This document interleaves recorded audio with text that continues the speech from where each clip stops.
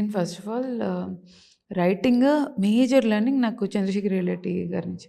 So from మనమంతా నాకు I use to have interesting ideas, కానీ దాన్ని స్క్రీన్ ప్లేలో ఎలా పెట్టాలో నాకు తెలిసేది కాదు. ఏది పెట్టాలి, ఏది తీయాలి. సో ఆ బేసిక్స్ అన్నీ సార్ నేర్పించారు.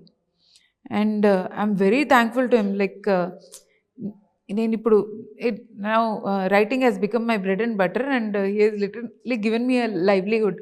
And then what if I succeed at doing something, definitely that huge chunk of success belongs to sir, and I learnt a lot from him. And Radha దగ్గర నుంచి నేను చాలా పేషెన్స్ నేర్చుకున్నాను. He is very composed.